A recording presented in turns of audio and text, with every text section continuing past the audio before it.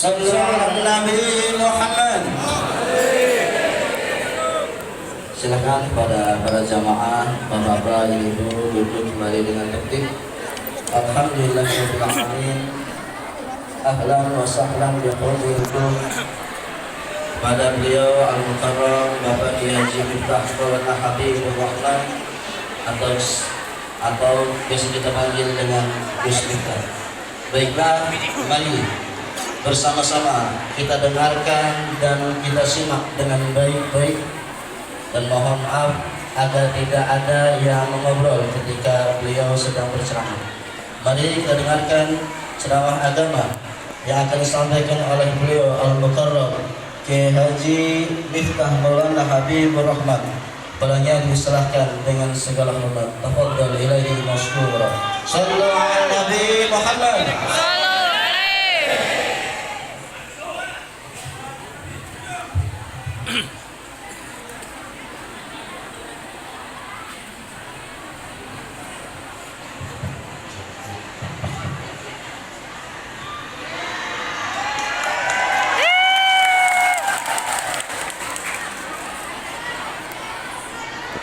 Assalamualaikum warahmatullahi wabarakatuh.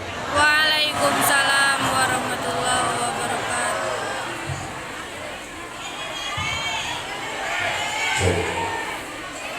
Alhamdulillahil qail. A'udzu billahi samil alim minasy syaithanir rajim. Bismillahirrahmanirrahim. Man amila sholihan min dzakarin aw untha wa huwa mu'minun falanuhyiyannahu hayatan thayyibah wa lanajziyannahum ajrahum bi ahsani ma kanu ya'malun. Allahumma sholli wa sallim wa barik ala hadzal nabiyil karim sayyidina wa maulana Muhammadin wa ala alihi wa sahbihi mujahidin at-tahirin. Rabbi shrah li sadri wa yassir li amri wa hlul 'uqdatam min lisani yafqahu qawli. Amma ba'du. Hadratal muhtaраmin, para masyayikh, para kiai, para habaib, para ulama, tokoh agama, tokoh masyarakat yang saya muliakan, para pejabat yang berkenan hadir dalam semua tingkatannya yang saya hormati, segenap panitia pengajian Maulid Nabi Muhammad Sallallahu Alaihi Wasallam yang saya banggakan, Bapak Ibu kaum muslimin wal muslimat, warga masyarakat Bekasi rahimakumullah. Beli roti bakule perawan yang ayu bokongnya lembu. Hai orang Bekasi yang cantik dan tampan, izinkan aku mengucapkan I love you. Love you too. Kenapa yang jawab I love you itu yang tua-tua? Bapak Ibu, saya yakin semua yang hadir hari ini punya iman. Amin. Amin. Di mana ada iman, di situ pasti ada cinta. Di mana ada cinta, di situ pasti ada kasih sayang. Di mana ada kasih sayang, di situ pasti ada maaf. Dan di mana ada maaf, di situ pasti ada keindahan. Artinya apa? Acara ini bisa hadir karena semuanya kita punya cinta, punya kasih sayang, punya maaf, maka semuanya kelihatan indah. Saya datang karena jatuh cinta, Anda datang karena jatuh cinta. Dan jatuh cinta itu harus bahagia. Kenapa? Karena kalau gelisah namanya jatuh tempo. Waktunya bahagia. Nah, demikian juga kita hari ini memakai Maulid Nabi sebagai bentuk mahabbah dan cinta kita kepada Kanjeng Nabi. Bapak Ibu yang saya muliakan, dari semua nabi yang pernah diutus oleh Allah, Allah menggambarkan bagaimana kemudian Nabi Muhammad adalah pribadi yang sangat sederhana dan terlihat sekali sisi-sisi kemanusiaannya. Saya kasih contoh Bapak Ibu, ada 124.000 nabi yang menjadi rasul 3 313. Yang wajib diketahui 25. Nabi dengan segala keistimewaannya. Ada nabi yang dianugerahi oleh Allah kerajaan. Ada Nabi Daud. Begitu turun kepada para kiai, ada kiai yang mendapatkan warisan Nabi Daud, maka kiai mendapatkan kekuasaan. Contoh Gus Dur, contoh Kiai Ma'ruf. Ada nabi yang dikasih oleh Allah kekayaan. Contohnya siapa? Nabi Sulaiman. Begitu turun, ada kiai-kiai kaya. Ada Kiai Asep Mojokerto, super kaya. Ada nabi yang dikasih oleh Allah kegagahan. Nabi Musa alaihissalam. Begitu turun, ada banyak kiai gagah. Contohnya pendekar pagar Musa, Gus Maksud, Lirboyo. Ada nabi dikasih oleh Allah kelebihan ilmu, cerdas. Nabi Khidir, Nabi Ilyas. Begitu turun, ada Kiai Said, cerdas. Gus Baha, Gus Koyo. Ada nabi dikasih kelebihan oleh Allah ketampanan. Siapa? Nabi Yusuf. Begitu turun juga ada kiai tampan. Siapa? Gus Miftah. Nah, ternyata Bapak Ibu, ketampanan Nabi Yusuf itu hanya 25% dibandingkan ketampanan Kanjeng Nabi. Wa kana Nabi sallallahu alaihi wasallam akmalan nas khalqan wa khuluqan. Nabi Muhammad itu adalah manusia yang paling sempurna baik akhlaknya maupun bentuknya. Pertanyaannya begini, kenapa Nabi yang paling digambarkan paling ganteng Nabi Yusuf? Karena ketampanan Nabi Yusuf itu bisa digambarkan, sementara ketampanan Nabi Muhammad tidak bisa digambarkan. Ketampanan Nabi Yusuf bisa dilukiskan, dan ketampanan Nabi Muhammad tidak bisa dilukiskan. Tapi luar biasanya apa? Kehebatan Nabi Muhammad bukan karena dia tampan saja, tetapi perilaku-perilakunya gampang untuk bisa dicontoh oleh umatnya. Bandingkan dengan Nabi Isa. Nabi Isa itu akhirnya nabi yang akan diaudit oleh Allah. Gara-gara apa? Seharusnya menyampaikan risalah supaya umat menyembah Allah. Karena Nabi Isa terlalu sakti, justru Nabi Isa yang disembah. Makanya dia diaudit. Bagaimana gak sakti, Bu? Nabi Isa itu sampai punya mukjizat bisa menghidupkan orang mati. Nah, Nabi Muhammad oleh Allah sempurna bukan karena besarnya mukjizat, tapi karena bagusnya risalah yang bisa dicontoh. Saya kasih contoh yang paling gampang. Bapak Ibu, mau gak saya kasih doa? Doa yang sering dibaca oleh Kanjeng Nabi Muhammad. Bismillahirrahmanirrahim. Allahumma ahyini miskinan wa amitni miskinan wa surni ma'azumratil masakin. Anda tahu artinya apa? Ya Allah, hidupkanlah aku dalam keadaan miskin, matikanlah aku dalam keadaan miskin, dan kumpulkan aku besok di padang mahsyar bersama orang miskin. Mau doa ini? Pak tadi dibaca. Pertanyaannya begini, kenapa Nabi Muhammad berdoa minta miskin? Karena Nabi Muhammad kaya. Kenapa dari kaya Kanjeng Nabi Muhammad minta miskin? Karena kalau seumur hidup Kanjeng Nabi Muhammad kaya, Kanjeng Nabi khawatir umat melihat bahwa kaya itu hukumnya wajib. Makanya Kanjeng Nabi minta miskin.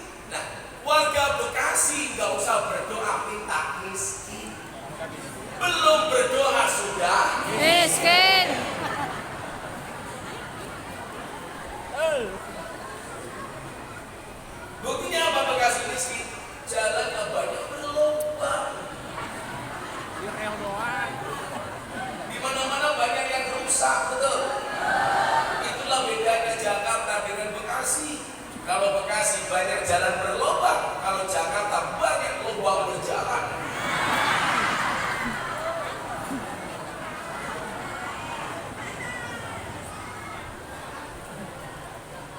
Nabi Muhammad minta miskin karena beliau kaya. Apa bukti kekayaannya? Usia 25 tahun, Kanjeng Nabi sudah menjadi seorang miliarder. Beliau merupakan CEO dari perusahaan ekspedisi yang dimiliki oleh Siti Khadijah. Makanya hari ini orang bilang begini, kita harus sama persis dengan Kanjeng Nabi. Saya langsung ketawa. Mana mungkin Anda bisa sama persis dengan Kanjeng Nabi? Contoh, Nabi Muhammad itu maksum, dijaga dari perbuatan dosa. Gak mungkin berbuat dosa, pasti surga. Coba, kalau Nabi Muhammad itu maksum, Darul Rahman mesum, tidak salah. Perutnya jangan besar-besar. Banser besar semua perutnya. Banyak duit, subur. Bukan masalah subur. Ada penelitian di Rumah Sakit Yogyakarta, cowok itu kalau perutnya besar, biasanya burungnya kecil. Yus.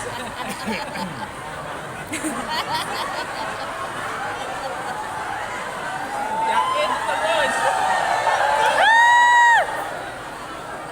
Saya dulu kan gemuk, Bu.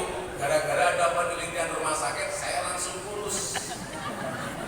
Yang gede. Berarti kalau dulu perutnya besar, burungnya kecil. Sekarang Gus Miftah perutnya kecil, berarti burungnya tetap kecil, kurang ajar. Sekarang dari sisi mana kita harus sama persis dengan Kanjeng Nabi? Kita lihat. Coba, kalau Banser harus sama persis dengan Kanjeng Nabi. Kanjeng Nabi usia 25 tahun kaya. Makanya kalau di sini Anda berprofesi sebagai pedagang, tepat. 9 dari 10 jalan rezeki adalah perdagangan. Tapi ingat, kalau jadi pedagang harus pedagang yang jujur.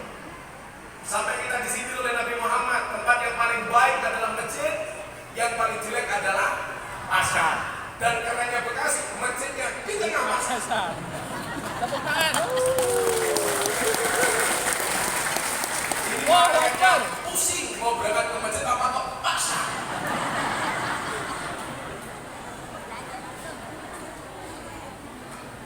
Apa buktinya masjid lebih bagus daripada pasar?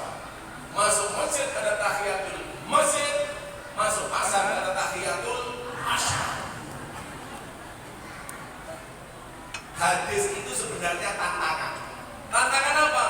Supaya jadi pedagang yang baik, jangan jadi penipu di pasar, jangan menjadi pembohong di pasar.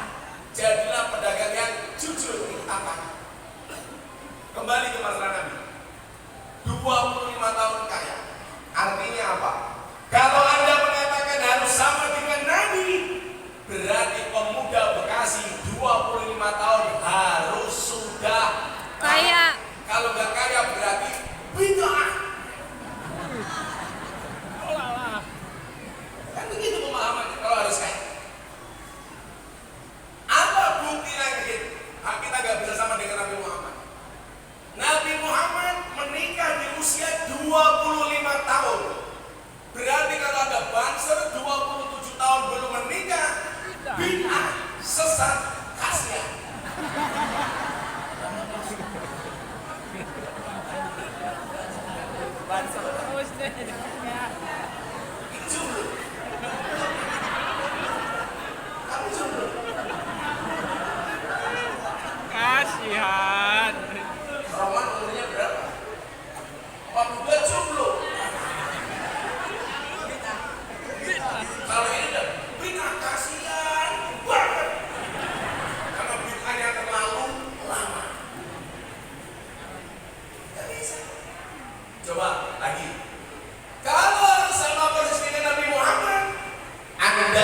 menikah di usia 25 tahun dan harus menikah dengan janda usia 40 tahun. Kalau enggak, bina. Mohon maaf, kalau Anda nikah dengan gadis berarti bina.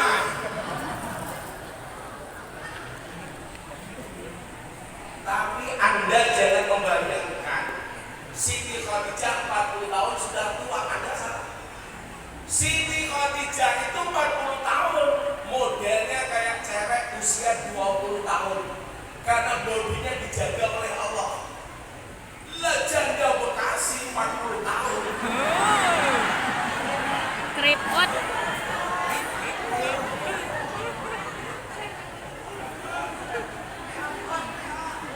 Apa Pak? Speot. Teo. Kalau baunya udah PPO. Balsem. Kalau kelasnya mungkin STNK, setengah tua ada kewer-kewer. Lagi. Kalau sama persis dengan Nabi Muhammad, Anda 25 tahun menikah dengan janda 40 tahun, mas kawinnya harus 20 ekor unta. Satu unta harganya 50 juta. Berarti mas kawinnya Kanjeng Nabi berapa mas? 1 miliar. Kalau harus sama dengan Kanjeng Nabi, Darul Rahman jomblo sapodare.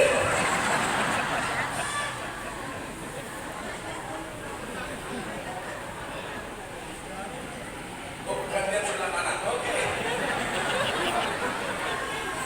Ternyata prasetyo perutnya lebih besar.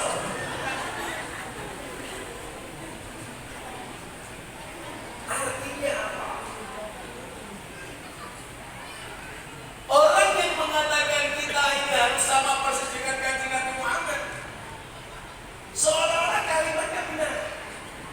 Tapi ingat, kalimatul haq yuridu biha batilun. Seolah-olah kalimatnya benar tapi dibatalkan. Ya mungkin sama Pak dengan Kanjeng Nabi Muhammad. Dari mana? Saking kayanya Nabi, beliau minta miskin. Makanya dulu ketika saya menikah, saya berusaha menyamai Kanjeng Nabi. Sama Kanjeng Nabi mas kawinnya 20 ekor unta. Gus minta 20 ekor. Itu. Gimana saya dulu mau menikah miskin kuadrat? Sebenarnya mbak saya ini kaya banget, 7 turunan. Persoalannya saya turunan nomor 8. Lewat. Lewat. Lewat. Kalau Anda pengen tahu mbak saya siapa? Miftah Maulana Habibur Rahman, punya bapak Kiai Muhammad Muradi, punya bapak Muhammad Usman, punya bapak Muhammad Boniran, punya bapak Kiai Jalal Iman, punya bapak namanya Kiai Karyonawi, punya ibu namanya Nyai Madarum, punya bapak namanya Kiai Ilyas, punya bapak namanya Muhammad Besari, makamnya di Ponorogo. Mbah Muhammad Besari. Saya keturunan ke-9 dari Mbah Muhammad Besari. Muhammad Besari punya bapak namanya Anom Besari. Anom Besari makamnya di Caruban. Anom Besari punya bapak namanya Abdullah Musa, makamnya di Kediri.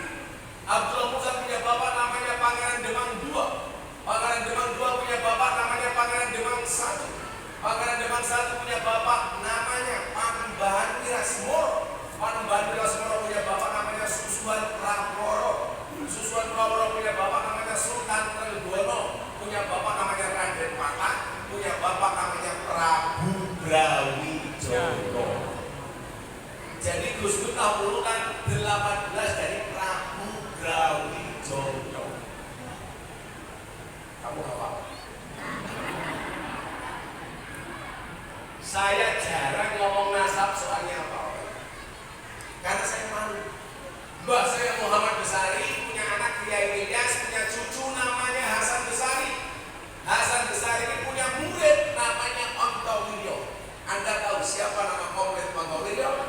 Kiai Haji Bendoro Raden Mas Abdul Hamid Ontowiryo Mustahar Heru Cokro. Senopati ing Ngalogo, Sayyidi Panotogomo, Amirul Mukminin Khalifatullah Tanah Jawa, pahlawan Dua Selarong, Pangeran Diponegoro. Kenapa saya malu membicarakan bahasa saya? Ingat-ingat. Wasyarrul alamina, mohon maaf.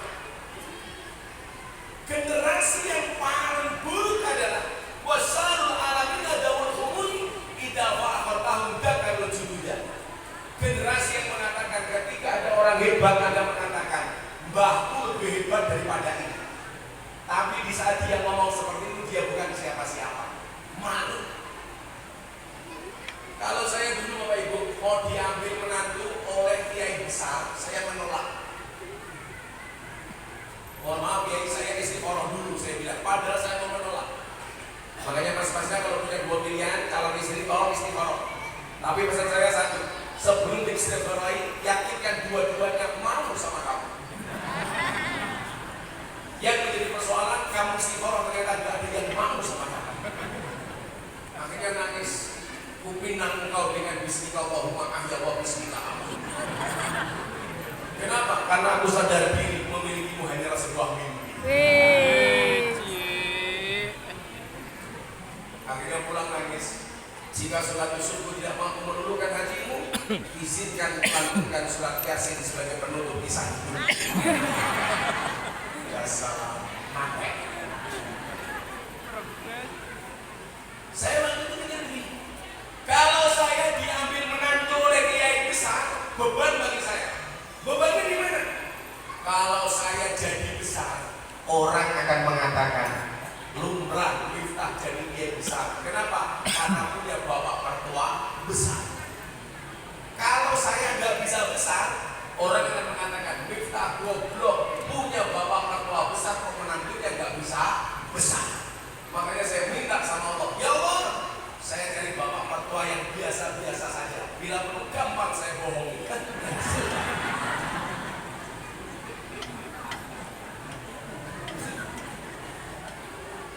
Gimana saya nggak malu?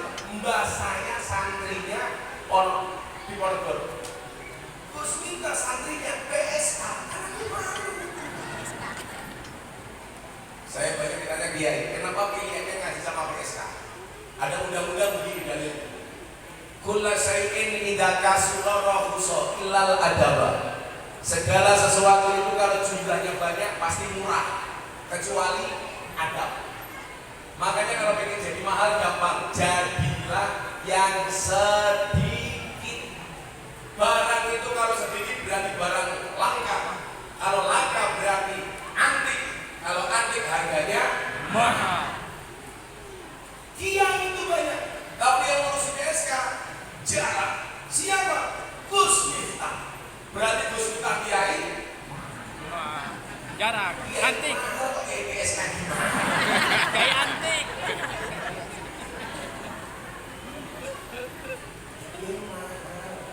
Dan PSK gimana gak mahal? Saya kemarin 11 Oktober ceramah di hadapan Presiden Jokowi di acara Investor Daily Summit 2022 di hadapan Presiden, para menteri, pengusaha dalam dan luar negeri. Gus Miftah diminta ceramah 7 menit tentang membangun investasi bangsa Indonesia menghadapi resesi global 2023. Ini ngomong apa? Yang minta langsung Pak Presiden. Akhirnya saya ceramah 7 menit. Dan alhamdulillah pulang ceramah 7 menit dikasih amplop 150 juta.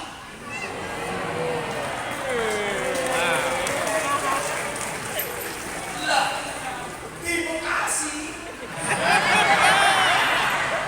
2 jam. Kali. amplopnya kecil, mulai ceramahnya panjang. Karena cinta saya sama ibu-ibu muslimat.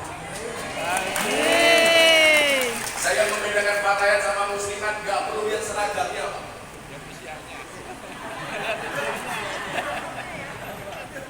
Sebuah nasi berkat rasanya nikmat. Nasi gandum, sayurnya asem. Beda fatayat sama muslimat. Fatayat parfum, muslimat balsam.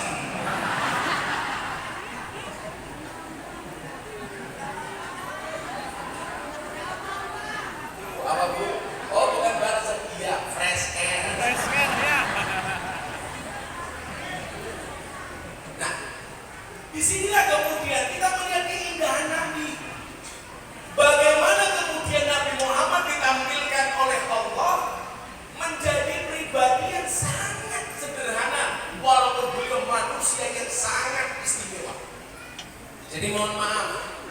Kalau kita membaca ayat anak basarun mislukum, Anda jangan pernah mengatakan Nabi Muhammad itu manusia biasa. Kalau Anda ngomong seperti itu di hadapan Habib Lutfi, pasti dimarahi. Gak boleh. Manusia istimewa yang disifati oleh Allah dengan sifat-sifat yang sederhana. Contoh, kenapa dikatakan basarun mislukum? Anda kalau tidak tidur ngantuk. Nabi Muhammad juga sama. Kalau nggak tidur, jangan kemudian Nabi-nya terlalu sakti kayak Isa, justru kemudian disembah oleh umatnya. Nabi Muhammad kayak kita kalau nggak makan lapar. Nabi Muhammad sama. Bahkan beberapa kali Nabi Muhammad makan di depan rumah. Supaya apa? Umat tahu bahwa Nabi Muhammad juga lapar. Dengan cara sederhana. Tapi bedanya kita sama Nabi Muhammad apa Bapak Ibu? Kalau Nabi Muhammad makannya sedikit, tidurnya sedikit. Kalau orang Bekasi sedikit-sedikit makan, sedikit-sedikit Tidur.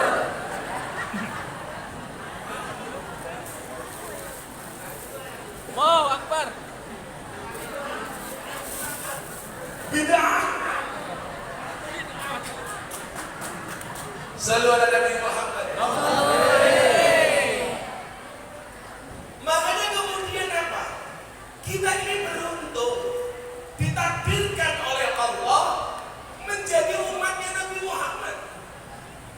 Makanya kalau hanya untuk memperingati Maulid harus ditanyakan dalilnya apa? Mohon maaf.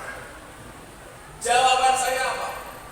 Al-ihtifal lil Maulid Syarif la yahtaju ila hadisin sahih bal yahtaju ila qalbin saleh.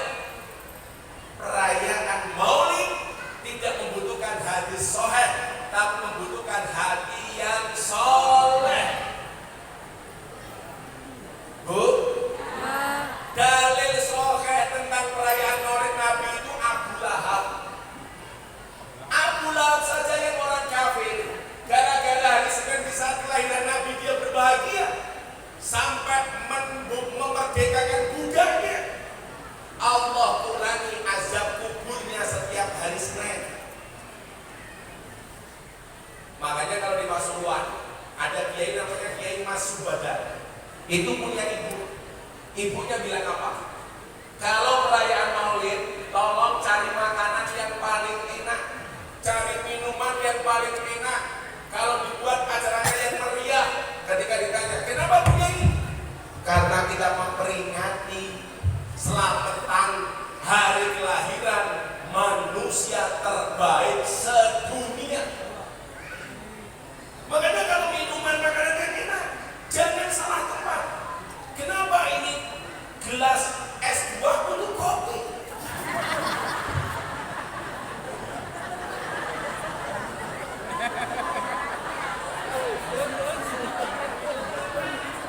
Yang penting isinya, Gus. Ini di mana-mana gelasnya kayak gini, gelas untuk air putih atau buah. Kenapa untuk kopi? Apakah benar ini kopi? Saya curiga. Tes dulu, Gus, tes. Karena baunya sangit.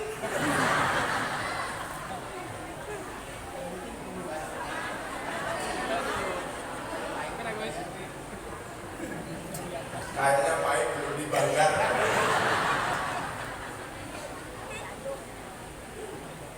Kenapa Gus Miftah suka ngopi itu?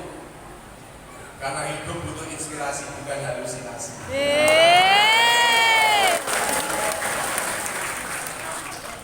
Ibu-ibu belajar dari kopi, tetap menjadi hitam dan pahit, tidak harus menjadi putih dan manis untuk dicintai.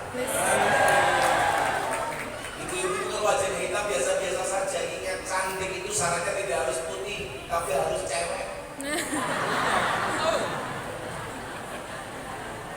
Saya kalau ketemu ibu-ibu gini bingung, ini sebenarnya wajah apa papan karambol?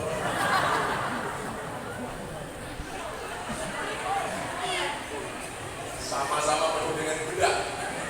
Tapi saya sepakat wajah itu harus dirawat. Saya kemarin ditanya, terus gimana perempuan yang dandan? Bagus, terutama untuk suaminya. Saya bilang,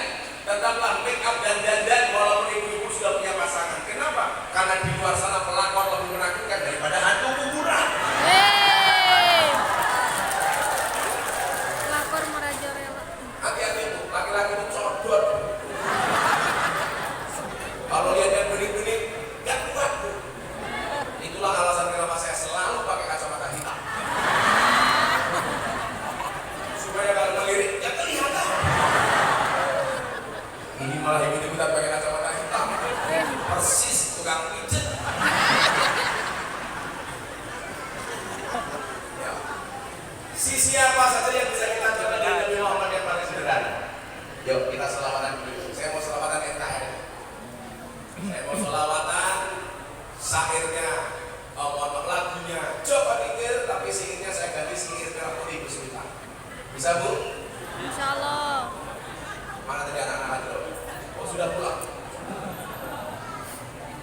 Ini hadrohnya namanya hadroh apa Mas? Al-Fatah. Al-Fatah. Insya Allah besok Gus Miftah masuk surga ditemani sama Al-Fatah. Tapi ya itu Gus Miftah kalau sama bidadari di surga kamu hadrohan.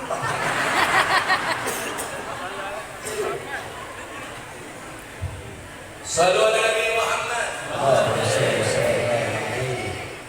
Musinya gak asik amat. Bukan jalan-jalan konjung kali. Saya akan diganti.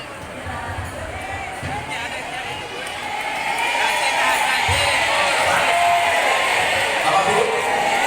Berdiri. Ibu-ibu duduk sini saya duduk apa berdiri? Itulah perempuan.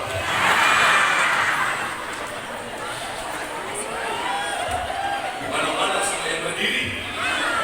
Sallu ala Nabi Muhammad. Salatullah salamullah ala toha rasulillah. Salatullah salamullah ala yasin habibillah. Ala yasin habibillah.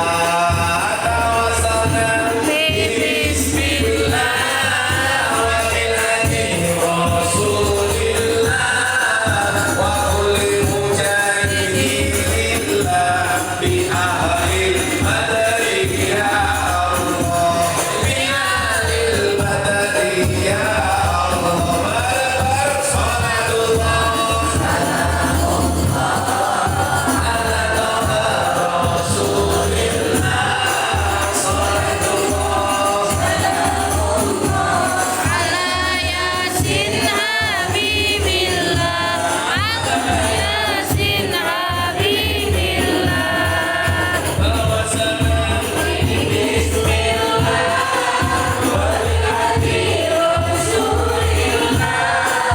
Wa kulli mujahidin lillah bi ahlil badri ya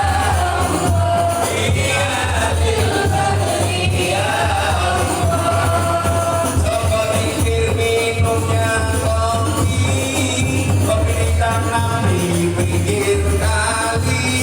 Ayo berpikir tentang negeri ini. Kalau bukan kita siapa lagi? Kalau bukan kita siapa lagi? Salatullah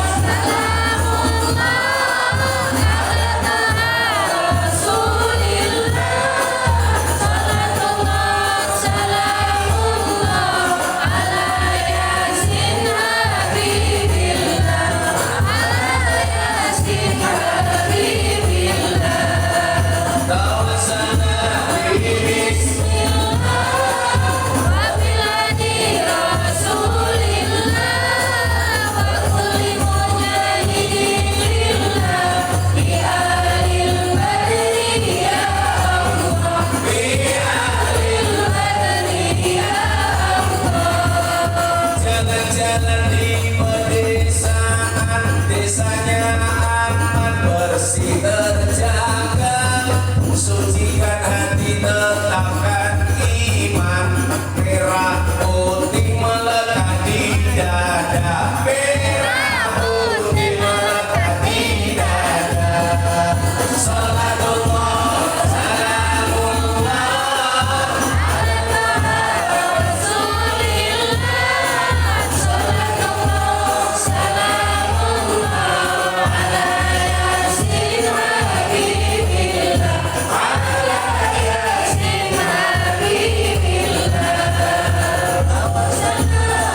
Bismillah wa biladi rasulillah wa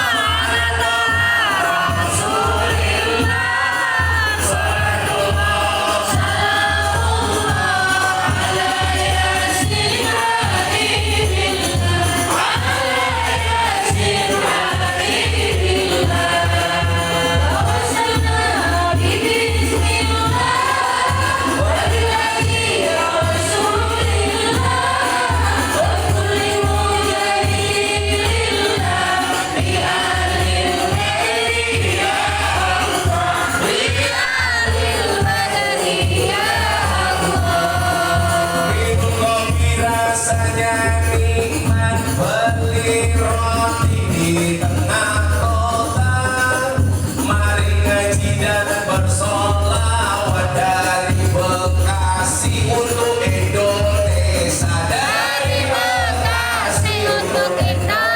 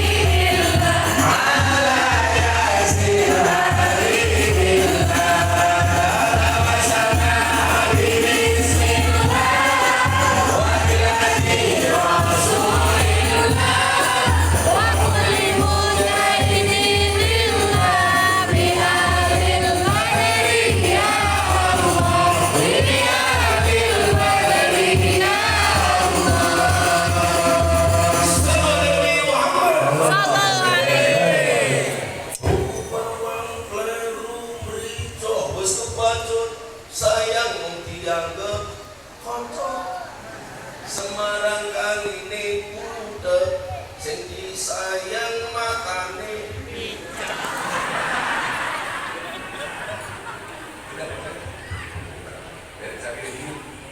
jelek-jelek saya terima karena istri jelek itu gak boleh diganti tapi harus dirawat. Hey. Betul. Betul. Yang tepuk tangan pasti merasa dirinya jelek. Gua belimbing, gua pisang, wajahnya glowing, kakinya belang-belang.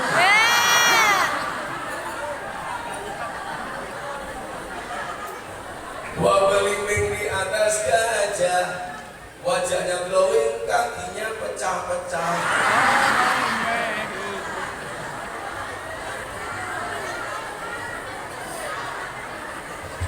Nah Bapak Ibu, disitulah kenapa kemudian dikatakan qul in kuntum tuhibbunallah fattabi'uni yuhibbukumullah.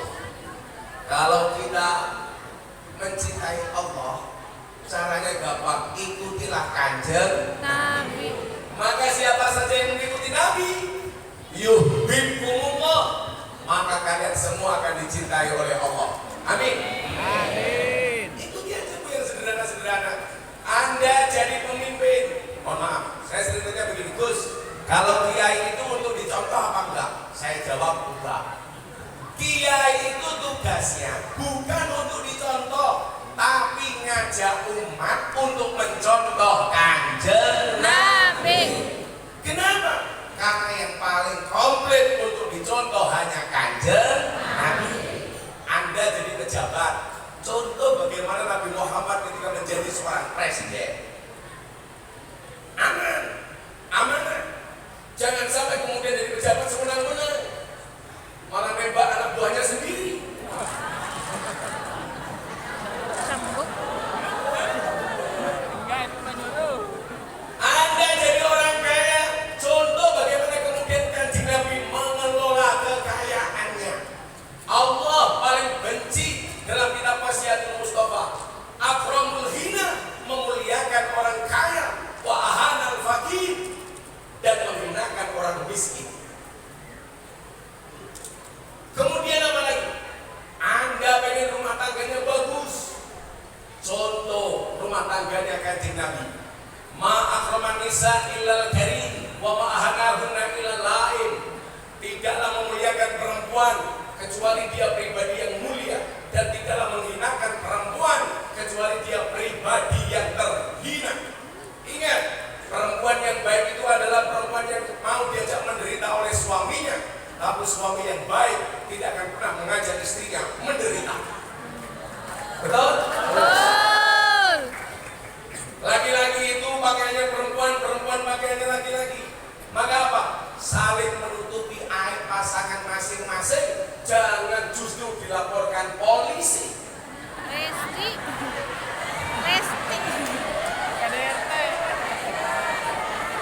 kamu gak usah ikut-ikutan kasusnya Lesti. Eh. Mau dilaporkan, mau dicabut, ya terserah. Mau suaminya sendiri. Kenapa kamu kok merasa di-prank? Lesti yang punya kasus, kamu malah cerewet. Kamu nanya.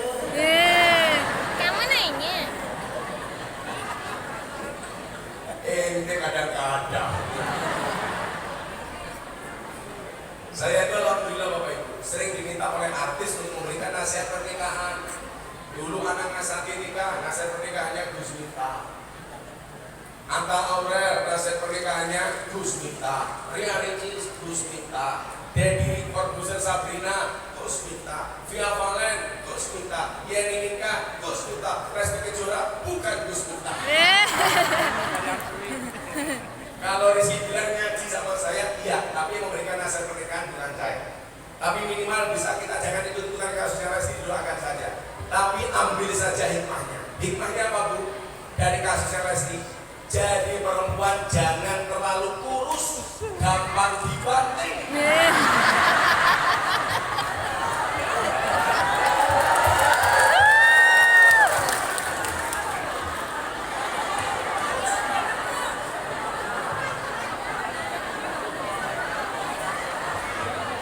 Ibu-ibu yang gemuk, yes, saya. Coba belakangnya romansanya gemuknya bingung mau duduk di mana. Begini. Saking gedenya perutnya. Santai aja itu yang gemuk. Sekarang cowok lebih suka dengan cewek yang gemuk dibandingkan cewek yang seksi. Kenapa? Karena cewek seksi hanya fokus pada penampilan, tidak pernah fokus pada perasaan. Alhamdulillah. Saya mohon maaf agak batuk. Saya 3 hari yang lalu mau berangkat ke Kalimantan dari Surabaya. Saya harus opname di rumah sakit. Tapi karena saya janji dengan jamaah di Pangkalan Bun, seperti Pontianak Sekadau, saya cuma diinfus langsung berangkat lagi. Ini agak enteng baru hari ini, Pak. Karena bilang ibu-ibu muslimat gemuk-gemuk, ya Allah. Ya Allah. Tadinya saya mau ke rumah sakit, Pak. Tapi saya meyakini Allah, kita itu mampu karena dimampukan oleh Allah yang Maha Mampu. Makanya saya dimampukan oleh Allah untuk hadir di tempat ini, walaupun amplopnya nggak jelas.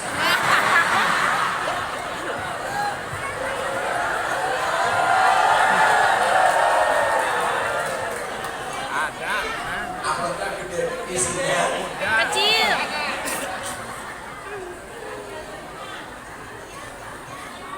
tapi saya niat atas nama cinta.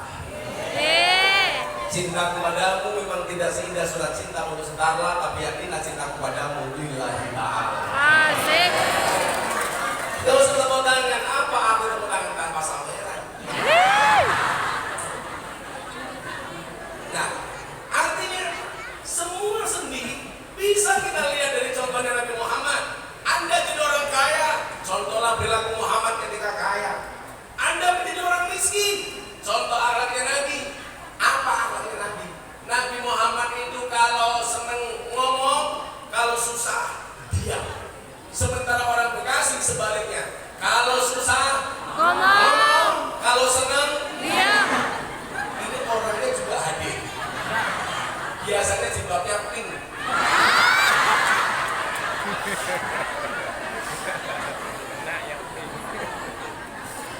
Yang jilbabnya hijau, insya Allah Sama. lebih parah.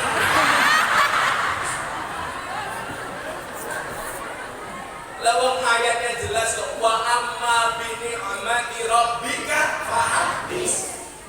Kita itu disuruh berkabar kalau kita senang dapat nikmat. Tapi kita sebaliknya, kalau dapat nikmat, iya susah ngomong. Walaupun nggak ngomong biasanya nyindir-nyindir. Gimana tuh kabarnya? Baik, tapi anak saya di rumah sakit yang tanya siapa? Ngasih tahu. Curhat. Musibah itu mengecil bila dirahasiakan, membesar bila diomongkan, terurai jika diadukan kepada Allah, dan membesar jika diadukan kepada manusia. Makanya dari kasusnya Lesti, kalau punya masalah dengan suami, nggak usah diposting. Kenapa disindir di Facebook? Jam 10 malam suaminya belum pulang, Pak. Bikin status WA, bikin status Facebook. Aku kedinginan nih. Ya. Dibaca sama Darul Rahman. Tak temenin kah? Iya. Haji Miko itu komentar. Duh, WK.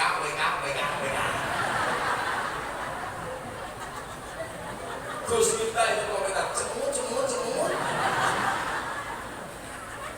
Hari ini Bapak Ibu, saya pengen kenapa Kanjeng Nabi jadi pribadi yang sukses, akan saya jadikan satu ayat sebagai pelajaran kita hari ini.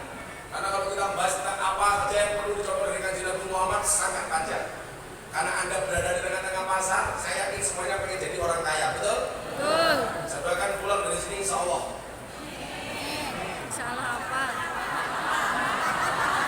Saya baru pulang haji. Saya doakan semuanya. Mudah-mudahan semua yang hadir segera dipanggil oleh Allah Subhanahu wa Ta'ala.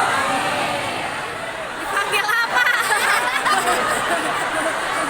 Belum selesai sudah amin. Segera dipanggil oleh Allah untuk ibadah haji dan umroh. Amin. Segera dipanggil oleh Allah. Amin. Oh itu apa doa yang sering kita baca? Saban hari doa sapu jagat. Rabbana atina fid dunya wa fil akhirati wa qina adzabannar. Berarti doa ini isinya apa? Pengen bahagia dunianya, bahagia akhiratnya, dijauhkan dari siksa neraka, betul?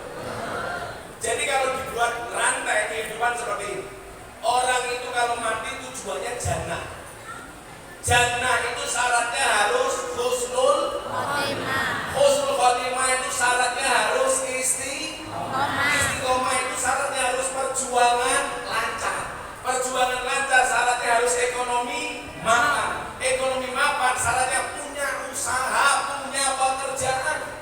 Jadi kalau dibalik, punya pekerjaan, punya usaha, ekonominya mapan, pekerjaannya lancar, betul Bu? Ekonominya mapan, perjuangannya lancar. Kalau perjuangannya lancar, hidupnya istiqomah, matinya husnul khotimah, masuknya jannah. Kan cuma itu. Tapi ingat, perlu direncanakan. Maka dikatakan husnul tadbir nisful ma'isyah. Bagus perencanaan adalah merupakan separuh dari kehidupan. Maka kemudian Ibnu Athaillah mengatakan apa? Mal farqu bainar raja wal umniyah. Bedakan antara harapan dan angan-angan. Anak-anak muda, kita sering punya angan-angan tapi tidak punya harapan. Dan harapan yang paling banyak adalah di Bekasi. Harapan indah, harapan jaya, harapan bon, Baru harapan. ujung harapan. Paling ujung di situ juga ada harap-harap cemas. Ini yang keren mengajar di sini ngaji, di situ makan terus ya. Iya kamu. Itulah perempuan Pak. Perempuan tuh hobinya cuma 3: ngemil, ngemol, ngomel. Nah,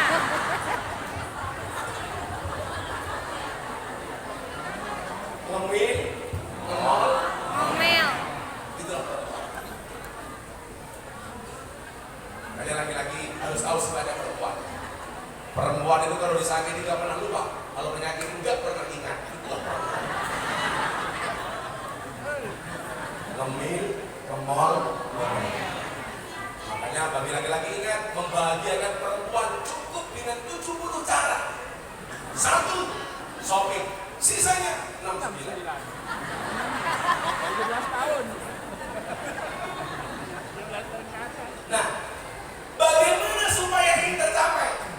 Ar-roja ma-qoronahu amalun. Yang namanya harapan itu adalah keinginan, cita-cita yang disertai dengan ikhtiar amal dan perbuatan. Wa illa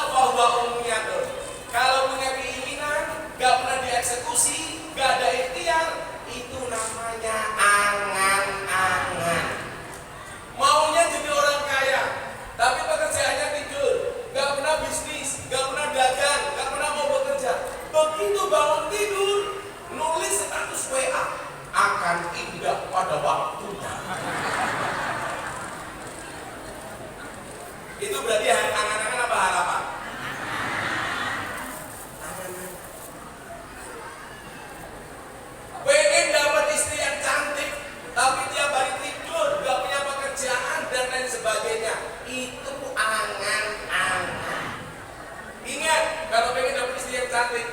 Syaratnya cuma dua. Modalnya ada, modelnya masuk. Modal dan model. Kalau kata orang Jawa, menikah itu syaratnya hanya kalih. Kalih sinten. Dengan siapa? Ya di sana ya Allah sudah kewajiban yang ini.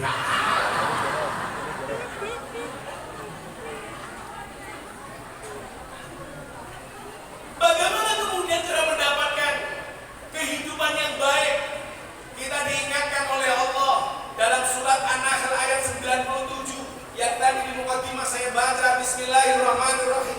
Coba Anda praktekkan. Saya doakan semuanya kaya, amin. Yang punya hutang seluruh hutangnya lunas, amin. Walaupun belum bisa bayar, mudah-mudahan yang menghutangi lupa, amin.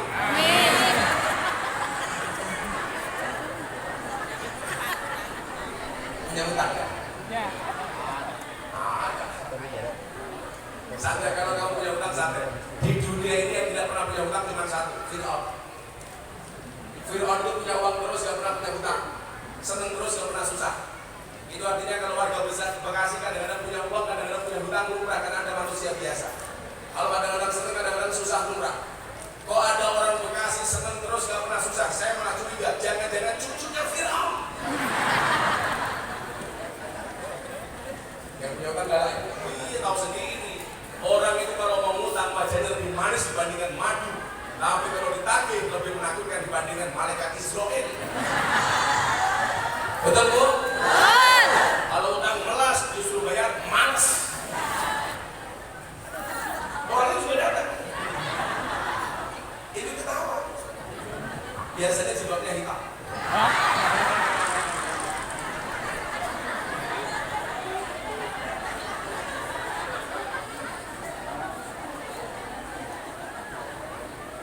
Nih, Anda pedagang, Anda pejabat, Anda DPR atau caleg, ada caleg nggak di sini? Apa? Oh Pak Miko, Pak Miko caleg. Oh, ada bro. Caleg. Kemarin saya diprotes sama anggota DPR Pak Miko. Gara-gara saya bilang, Pak Kiai Ma'ruf lah ceramah di istana Pak. Dia mengatakan apa? Besok itu surga paling banyak isinya orang Indonesia. Karena apa? Man qala akhiru la ilaha illallah dakhala jannah. Barang siapa yang akhir hidupnya membaca la ilaha illallah masuk surga. Nah, negara di dunia yang paling banyak orang Islam itu Indonesia. Berarti menurut Kiai Ma'ruf isi surga paling banyak orang Indonesia. Nah, saya ketemu anggota DPR, dia tanya sama saya, Gus, kalau anggota DPR masuk surga, masuk surga. Sama dia punya iman. Yang korupsi gimana Gus? Masuk surga. Begitu DPR korupsi masuk surga, kiai Bekasi protes, kiai NU Bekasi protes. Malaikat, itu kenapa ada DPR korupsi kok masuk surga? Dijawab sama malaikat, Pak Kiai NU Bekasi, Anda yang sabar. DPR korupsi itu tetap masuk surga, tapi hanya kunjungan kerja. Masuk.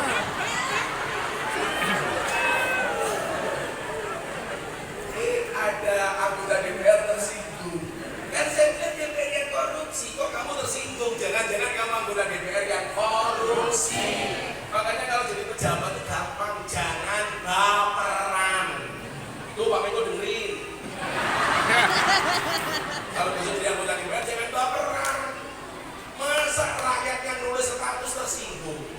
Kalau ada orang update status, kok kamu hatimu tersinggung? Bukan statusnya yang salah, tapi hatimu yang bermasalah. Jawaban baperan. Betul? Betul. Kalau Gus Miftah ini baperan cepat mati. Ngaji di lokalisasi dibully, nggak baper. Ngaji di klub malam dibully, nggak baper. Ceramah di gereja dibully, nggak baper. Biasa-biasa saja. Saya pas ceramah di gereja Jakarta Utara Bu, dibully 120.000 komentar. Saya nggak sakit hati, kenapa? Komentarnya tidak pernah saya baca.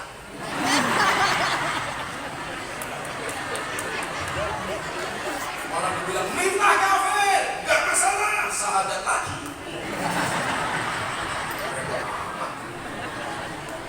Gak usah baperan Pak, biasa-biasa aja.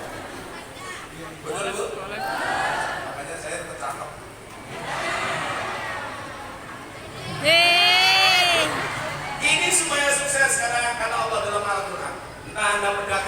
sebagainya. Man amila sholihan, barang siapa mengerjakan kebajikan, beramal yang baik. Entah Anda pedagang, jadilah pedagang yang amila sholihan, yang jujur. Saya paling benci kadang-kadang dengan penjual buah, bikin parsel bagus, dari luar bersinar, dibuka gosong. Pernah punya pengalaman Pak? Sering. Apa Bu? Oh iya. Oh kasih tahu bocoran. Iya.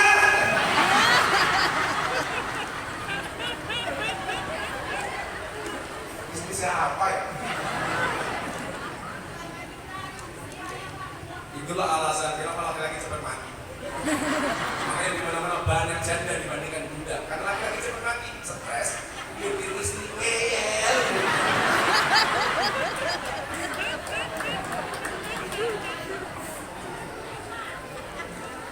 Tapi juga kadang-kadang kita pembeli itu kurang ajar. Pembelinya bagaimana? Mau beli rambutan, yang diicipi kelengkeng. Kita beli apa yang dimakan? Apa? Ini pembelinya nggak jujur, penjualnya juga tidak jujur. Makanya apa? Man amila sholihan, barang siapa berbuat kebajikan, beramal soleh, siapapun itu, pejabat, rakyat, pedagang, petani semuanya, min dzakarin aw unsa, baik laki-laki maupun perempuan. Seolah-olah ayat ini menegaskan Al-Hujurat 13, gak ada jenis kelamin lain, laki-laki dan perempuan. Adam dan Hawa, bukan Adam dan Niko. Makanya saya ngeyel betul ketika si Dorce Damalama pengen dimakamkan secara perempuan. Semua TV datang ke saya, gimana Gus? Saya nggak setuju. An-nasu yamutuna ala ma'asu. Manusia itu akan dimatikan sebagaimana dia dihidupkan atau kebiasaan dia hidup. Dorce itu laki-laki. Namanya Anda tahu siapa? Dedi Yuliardi Ashadi. Makanya saya minta dia dimakamkan secara laki-laki. Emangnya beda Gus? Beda. Sholat jenazahnya aja beda. Kalau yang mati laki-laki, hada. Perempuan, hadi. Jenis kain kafannya lebih tebal laki-laki apa perempuan? Perempuan. Itulah bapak harus tahu. Perempuan itu sudah mati saja masih poros. Apalagi masih hidup. Alis sudah bener. Dicukur gantian baru.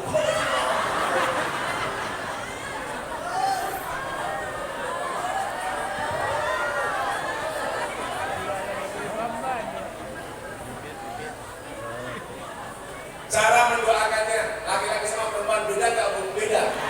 Kalau laki-laki mati, Allahumma fir. Perempuan mati, Allahumma fir. Laki-laki hu, perempuan banci huha.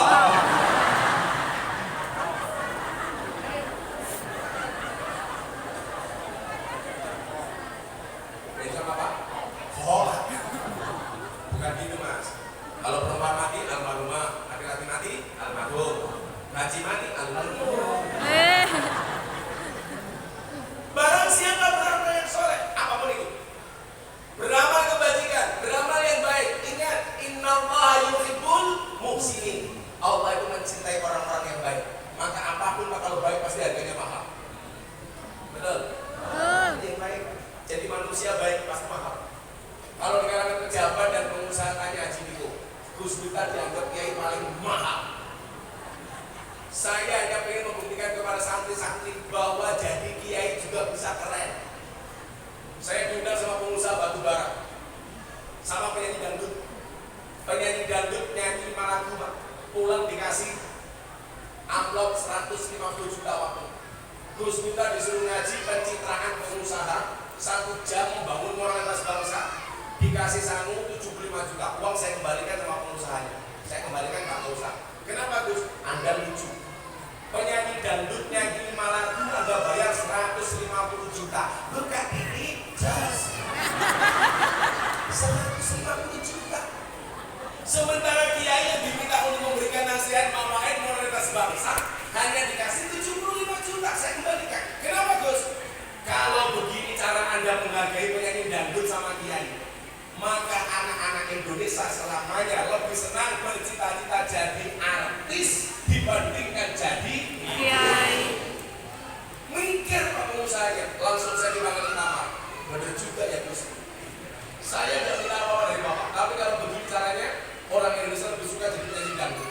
Akhirnya saya pulang kasih 200 juta. Takbir. Maksud saya apa? Sekarang anak-anak kita di pesantren Pak, mereka bilang begini, ternyata keluaran pondok pesantren bisa jadi kiainya pejabat, bisa jadi kiainya selebritis, bisa dihargai mahal. Oh saya juga tahu, kalau saya mengajar di pucuk gunung, di pedesaan, saya yang justru berbagi, saya yang mengeluarkan. Apa Bu? Saya bagian wah janda ya. Kan kamu sudah tua. Aku nggak mungkin ngomong sama kamu. Kalau aku sama kamu kan aku bisa mati duluan. Aku bisa keracunan.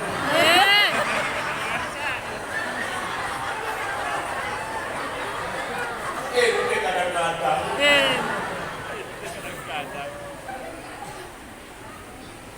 Kamu kan begitu sulit. Maksud saya apa Pak? Santri-santri biar tahu bahwa kiai ekor juga bisa keren gitu loh Pak. Betul kan? Ya tadi saya di Jakarta mengajar teman-teman artis. Sekarang itu malah janda-janda yang baru Dikasawi, Maura Kasih, Selek Evangelista, Nikita Mirzani, yang paling baru idolanya Haji Miko. Lu cinta Luna.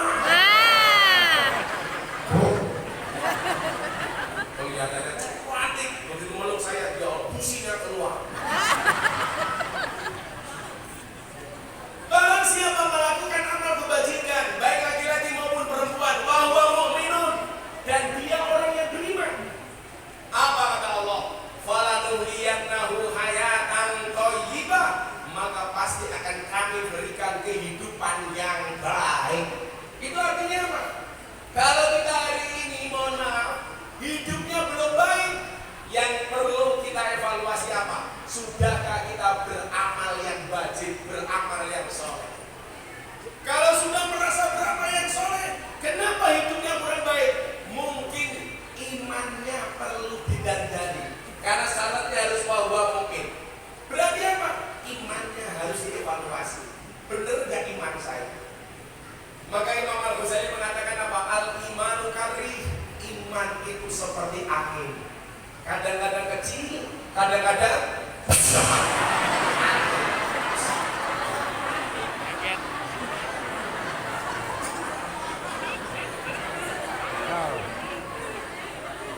Ingat Gus kita siang hari ini, pantaskanlah amalmu di hadapan Allah, maka Allah akan memantaskan hidupmu. Kalau amal kita, mohon maaf, kalau hidup kita hari ini belum pantas, barangkali mungkin amal kita juga belum pantas. Contoh, respon kita mendengar ada Ida ahabba abdi liqa'i fa ahabtu liqa'ahu wa ida kariha liqa'i fa karitu liqa'ahu. Barang siapa cinta ketemu aku cinta ketemu dengan hambaku. Benci ketemu aku benci ketemu hambaku.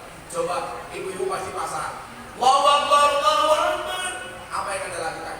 Kalau Anda susah, ya siap-siap hidup Anda susah. Allahu Akbar, Allahu Akbar. Apa jawaban ibu-ibu Pak? Akan lagi.